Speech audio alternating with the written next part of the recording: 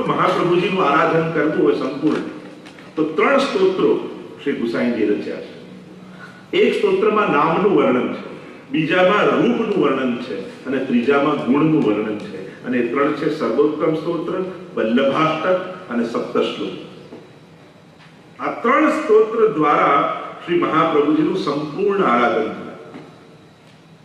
પણ પ્રાય વલ્લભાષ્ટક અને સપ્તશ્લોકી લોકો ઓછું બોલતા હોય છે, કારણ કે થોડું સંસ્કૃતમાં થોડું કઠિન લાગે, પણ સર્વોત્તમ સ્તોત્રનો પાઠ કરતા હોય.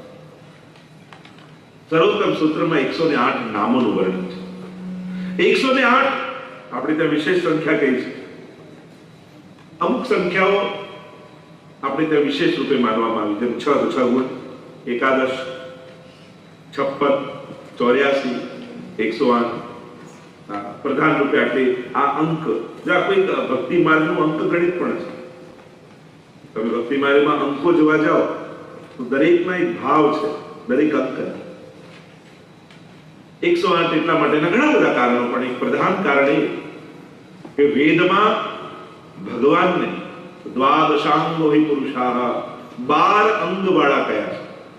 વેદ શું કહે છે? પરમ પરમાત્મા 12 અંગ વાળા, એટલે તો ભાગવતજીમાં 12 સ્કંદ છે. તો 12 અંગ ભગવાન. 12 અંગ એટલે જે ભાગવતજીમાં કહીએ છીએ ને આપણે, 2 ચરણ, 2 હસ્ત, વક્ષા, જંઘાઓ, વક્ષસ્થલ, મસ્તક, મુખારવિંદ. આ જેમ 12 એનો વિસ્તાર નથી કરતો, પણ જેમ ભાગવતજીમાં 12 સ્કંદની વાત કરવામાં આવે છે, એમ 12 અંગ વાળા પરમાત્મા. અને ભક્તિ 9 પ્રકારની કહેવાય. 9ધા ભક્તિ. શ્રવણમ કીર્તનમ વિષ્ણોઃ, સ્મરણમ પાદ સેવનમ, અર્ચનમ વંદનમ દાસ્યમ સખ્યમ આત્મનિવેદનમ. આ 9ધા ભક્તિ છે.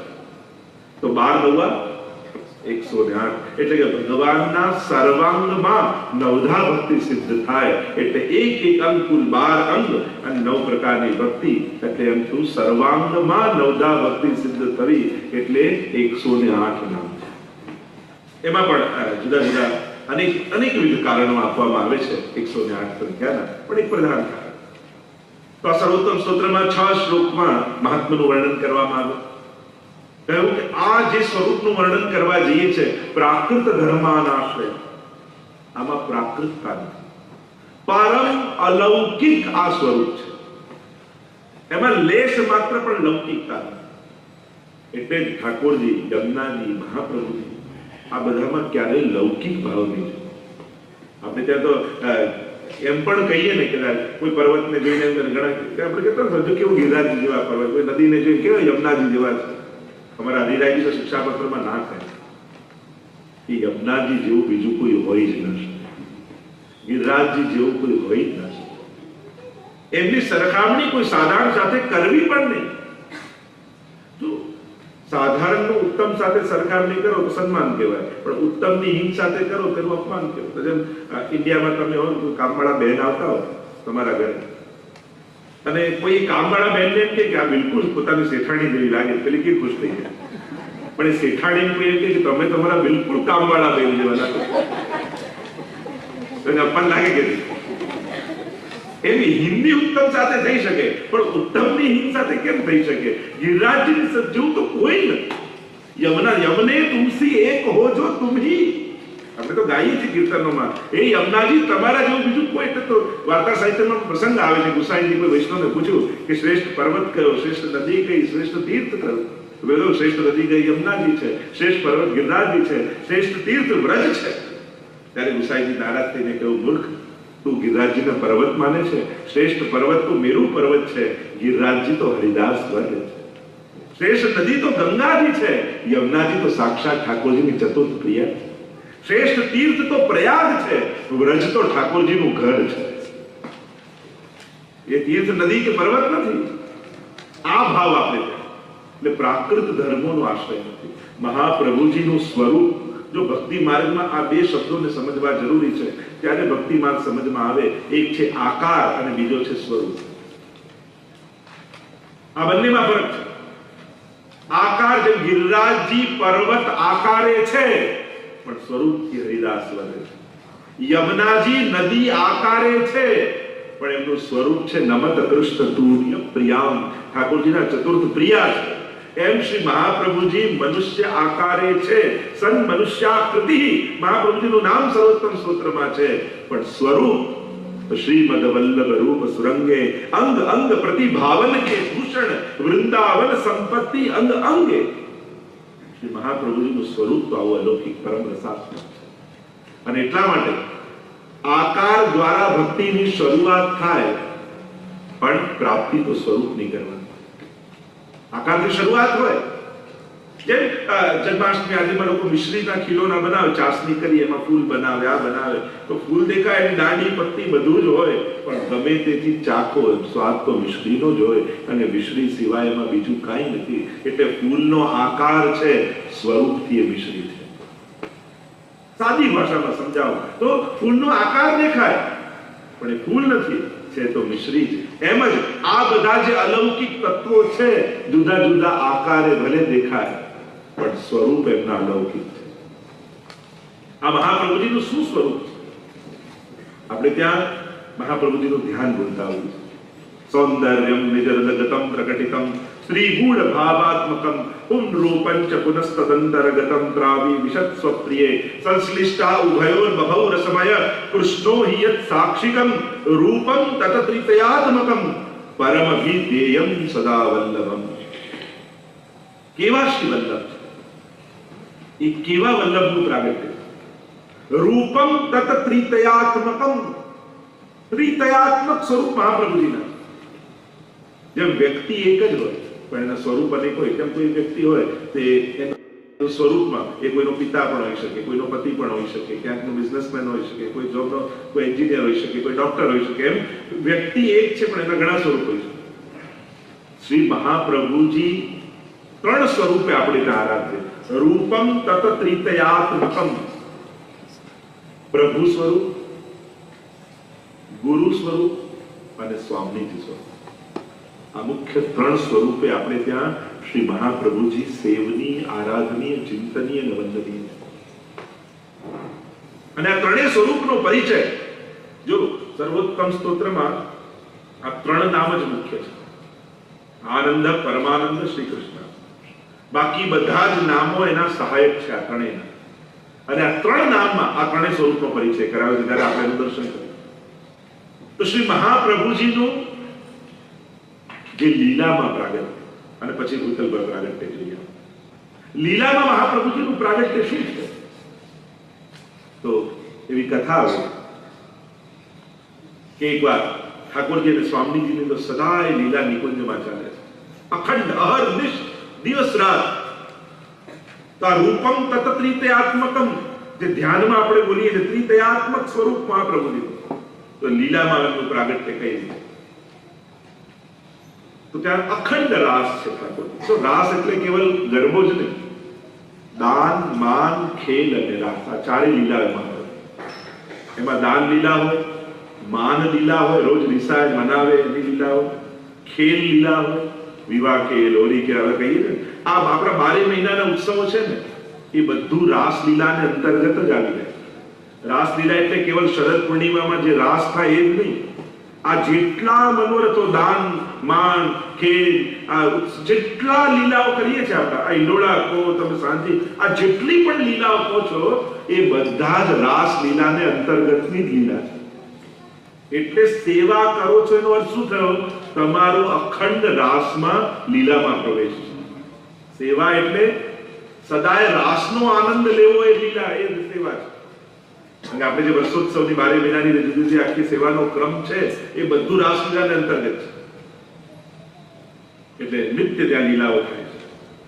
એકવાર સ્વામીજી હજી પધાર્યા નથી અને ઠાકોરજી નિકુંજમાં વિરાજ્યા છે.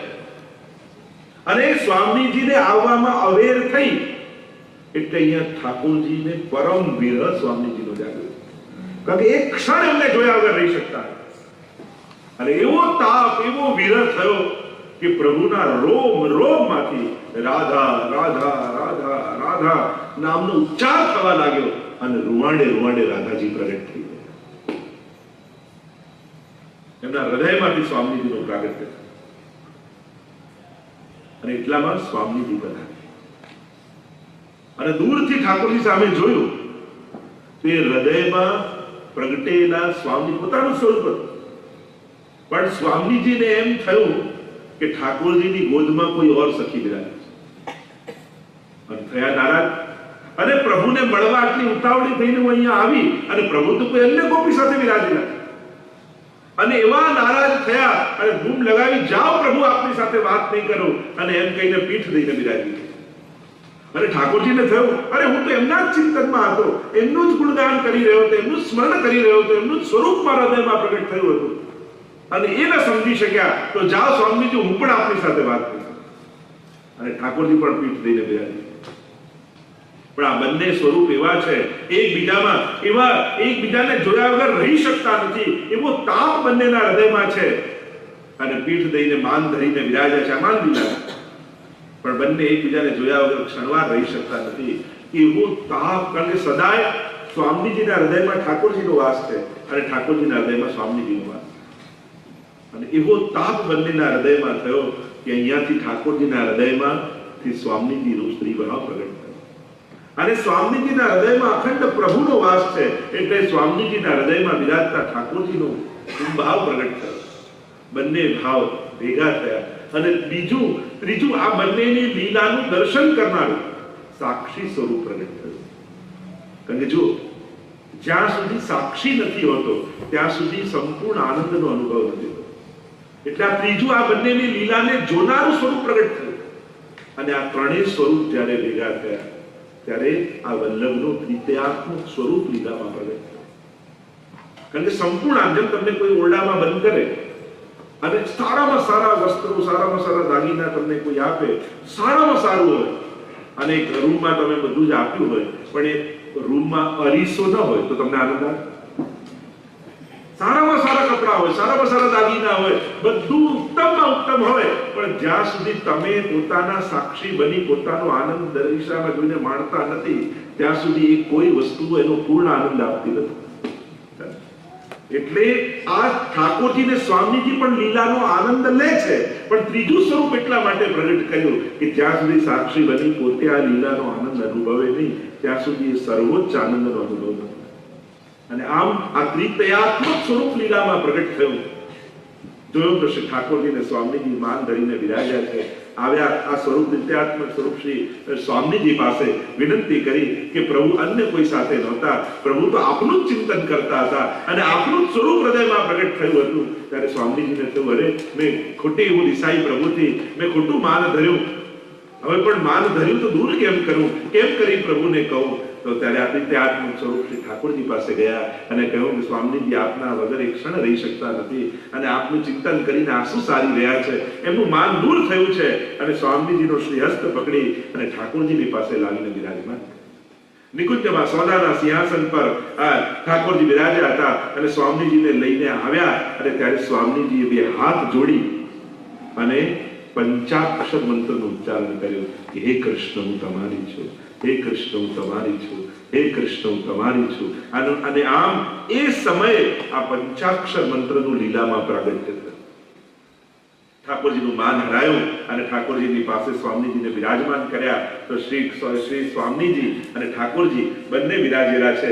ત્યારે આ ત્રિતયાત્મક સ્વરૂપ જે પ્રગટ થયું હતું એ નીચે હાથ જોડી દંડવત કર્યા અને બે હાથ જોડી ઠાકોરજી અને સ્વામીજીને નિરખી અને એ સમયે અષ્ટાક્ષર મંત્રનું પ્રાગટ્ય શ્રી વલ્લભના મુખારવિંદમાંથી થયું.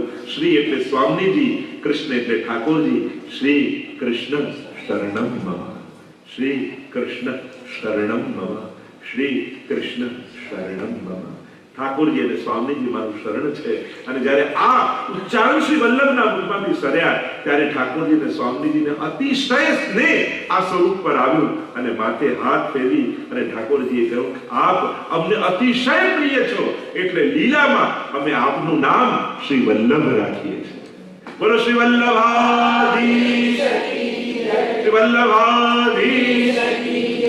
અને આમ આ પ્રગટેલા ત્રિતયાત્મક સ્વરૂપનું નામાધિકરણ ઠાકોરજી અને સ્વામીજીએ લીલામાં કર્યું અને બંનેને અતિશય પ્રિય હોવાને કારણે આપનું નામ રાખ્યું શ્રી વલ્લભ. વલ્લભનો અર્થ થાય અતિ પ્રિય. આપણે કહીએ પ્રાણ વલ્લભ, ગોપીજન વલ્લભ, કે જે અતિ પ્રિય હોય એને વલ્લભ કહેવાય. અને આમ લીલામાં આ સ્વરૂપનું નામ શ્રી વલ્લભ પડ્યું. તો રૂપમ તત્પ્રીત્યાત્મકમ પરમભિ તેયમ તદા વલ્લભ. એવા શ્રી વલ્લભનું સ્મરણ કરું છું. તો લીલામાં પ્રાગટ્ય ત્રણ સ્વરૂપે, ઠાકોરજી સ્વરૂપે, સ્વામીજી સ્વરૂપ અને સાક્ષી સ્વરૂપ, એની ચર્ચા આપણે આગળ કરીશું. અને ભૂતલ પર વિકુટા પડ્યા અને ત્યારે પ્રભુને થયું કે આ જીવને ફરી લીલામાં કેમ પ્રાપ્ત કરાવવા. સ્વયં સ્વામીજી રૂપ શ્રી વલ્લભ રૂપે, આચાર્ય રૂપે પધાર્યા ભૂતલ પર. મહાપ્રભુજીના પ્રાગટ્યની થોડી કથા જોઈએ. આજે જે આપણે નંદ મહોત્સવ આદિ કરવો છે, મૂળ પુરુષ નારાયણ યજ્ઞ, શ્રુતિ અવતાર ભય સર્વજ્ઞ, શાખા તૈત્રીય ગોત્ર ભારદ્વાજ, તૈલંગ કુલ ઉદ્દીત ગુજરાત. તો મહાપ્રભુજીનું જીવન ચરિત્ર ઐતિહાસિક રૂપે બે જણાએ વર્ણન કર્યું છે. એક શ્રી ગુસાઈજીના છઠ્ઠા લાલજી શ્રી યદુનાથજીએ વલ્લભ દિગ્વિજય નામનો ગ્રંથ લખ્યો છે. અને વલ્લભ દિગ્વિજય નામના ગ્રંથમાં મહાપ્રભુજીનું ઐતિહાસિક જીવન ચરિત્ર મળે છે. અને બીજું, ત્યાર પછીના એક આચાર્ય થયા શ્રી દ્વારકેશ, એમણે મૂળ પુરુષ નામનો ગ્રંથ લખ્યો છે, પદ્યાત્મા. એમાં આખું વર્ણન મળે. ત્રીજું જોવા જઈએ તો શ્રી ગુસાઈજીને સન્મુખ બિરાજીને ગાયેલા ગોપાલદાસજી વલ્લભાખ્યાન, અને એમાં બીજું આખ્યાનમાં મહાપ્રભુજીનું ચરિત્ર, જીવન ચરિત્ર મળે છે. તો પ્રાચીન સમયમાં જો આપણે જીવન ચરિત્ર મહાપ્રભુજીનું જોવા જઈએ તો આ ત્રણ જગ્યાથી આપણને પ્રાપ્ત થાય છે. તો આ મૂળ પુરુષમાં વર્ણન કર્યું છે. મૂળ પુરુષ નારાયણ યજ્ઞ, નારાયણ ભટ્ટ નામના એક દિવ્ય બ્રાહ્મણ આંધ્રના કાકરવાડ ગામમાં રહે છે. એ મૂળ પુરુષ છે. મહાપ્રભુજીના 7મા પૂર્વજ. સોમયજ્ઞ કરે છે. પરમ પવિત્ર બ્રાહ્મણ છે. અને એકવાર સોમયજ્ઞ કરી રહ્યા હતા અને આહુતિ પ્રભુને સમર્પિત યજ્ઞ કુંડમાં કરી, અને એ જ સમયે યજ્ઞ કુંડમાંથી મદન મોહનલાલજી સાક્ષાત ઠાકોરજી પ્રગટ થયા, જે આજે કામનમાં બિરાજે છે. સપ્તમ નિધિ રૂપે મદન મોહનલાલ એ મહાપ્રભુજીના પૂર્વજોના ઠાકોરજી. અને એ યજ્ઞ નારાયણ ભટ્ટના યજ્ઞ કુંડમાંથી સાક્ષાત પ્રભુ પ્રગટ થયા અને એમણે આજ્ઞા કરી કે હે યજ્ઞ નારાયણ ભટ્ટ, આપના કુળમાં જ્યારે 100 સોમયજ્ઞ પૂરા થશે ત્યારે હું પોતે અવતાર ગ્રહણ કરીશ, ત્યારે હું પોતે તમારા કુળમાં જન્મ લઈશ. આખો પરિચય આપ્યો છે યજ્ઞ નારાયણ ભટ્ટનો. મૂળ પુરુષ નારાયણ યજ્ઞ, શ્રુતિ અવતાર, સાક્ષાત વેદના અવતાર, વેદનો સાક્ષાત મૂર્તિમંત અવતાર આ યજ્ઞ નારાયણ ભટ્ટ. શાખા તૈત્રીય ગોત્ર ભારદ્વાજ. આખો જેમ બ્રાહ્મણનો પરિચય આપતા હોય તો આખો એનું ગોત્ર, કુળ બધું આપવામાં આવે તો કેવા છે? ભારદ્વાજ કુળમાં પ્રત્યે. તૈત્રીય શાખા, વેદની શાખા છે મધ્યાહ્નની ને તૈત્રીય શાખા. એવી કથા ઉપનિષદોમાં આવે છે કે યાજ્ઞવલ્ક અને વૈશંપાયન ગુરુ શિષ્ય હતા અને કઈ શિષ્યથી અપરાધ થયો. ગુરુએ કહ્યું મેં તને જે મંત્રો ભણાવ્યા છે બધા મને પાછા. અને ત્યારે એ શિષ્યએ મંત્રોનું વમન કર્યું, ઉલટી કરી. હવે અનેક હજારો શિષ્યો હતા અને આ દુર્લભ વેદ મંત્રો બધા બહાર નીકળ્યા, પણ બ્રાહ્મણ દેહમાં હતા એટલે વમન કરેલું લેવાય. શું કરવું? ત્યારે કહેવાય છે કે બધા શિષ્યો તીતર બની ગયા. તીતર નામનું પક્ષી હોય, અને તીતર બન્યા અને તીતર બની વેદ મંત્રોને ચૂકી લીધા. અને એટલા માટે તીતર બનીને જે વેદ મંત્રો ગ્રહણ કર્યા તો વેદની એ શાખા બની તૈત્રીય શાખા. એ શાખામાં મહાપ્રભુજીનું પ્રાગટ્ય છે. તો તૈત્રીય શાખા ભારદ્વાજ, ગોત્ર ભારદ્વાજ, તૈલંગ કુલ ઉદ્દીત દ્વિજરાજ. અને તૈલંગ કુલમાં ઉદ્દીત દ્વિજરાજ બ્રાહ્મણોના રાજા શ્રેષ્ઠ રૂપે આ યજ્ઞ નારાયણ ભટ્ટ પ્રગટ થયા. ત્યારબાદ અનેક વંશજો થયા, ગંગાધર આદિ, અને અનેક સોમયજ્ઞો કર્યા છે. લક્ષ્મણ ભટ્ટજી પ્રયાગમાં કુંભ મેળો લાગ્યો છે અને દક્ષિણથી લઈ પોતાના પરિવાર સાથે અને અહીંયા આવીને મુકામ કર્યો. અનેક સમય સુધી રોકાયા છે અને 100મો સોમયજ્ઞ સ્વયં લક્ષ્મણ ભટ્ટજી કર્યો. લક્ષ્મણ ભટ્ટજીથી સોમયજ્ઞ થયો. 100 સોમયજ્ઞ પૂરા થયા અને કુંભ મેળામાં નિવાસ કર્યો હતો. એટલામાં યવનોનો કંઈક ઉપદ્રવ થયો, આક્રમણ થયું. અને જ્યાં આક્રમણ થયું બધા જ ભાગવા લાગ્યા. અને ત્યારે લક્ષ્મણ ભટ્ટજીને એમ થયું કે હવે પાછા દક્ષિણ તરફ છે. ઇલમમાં ગારુજી ગર્ભવતી છે, 7 માસનો ગર્ભ છે. સુંદર સુંદર મંગલ સ્વપ્નો ને મંગલ સંકેતો આવે છે. દક્ષિણ તરફ જવા લાગ્યા, ગાડામાં પધરાવી, અને જ્યાં ગાડું ચાલતું ચાલતું ચંપારણ્યમાં, જો ચંપારણમાં પ્રાગટ્ય કહેવાય છે, કારણ કે ચંપારણ્ય, ચંપા એ રાધાજીનો સ્વામીજીનું વર્ણ છે, અને આ સાક્ષાત સ્વામીજી સ્વરૂપ છે મહાપ્રભુ. આમ કહેતા હોય તો સાહિત્યમાં, ચંપા તો મેં તીન ગુણ, रूप रंग अरुवास, अवगुण तो में एक है, भ्रमर न आवे पास.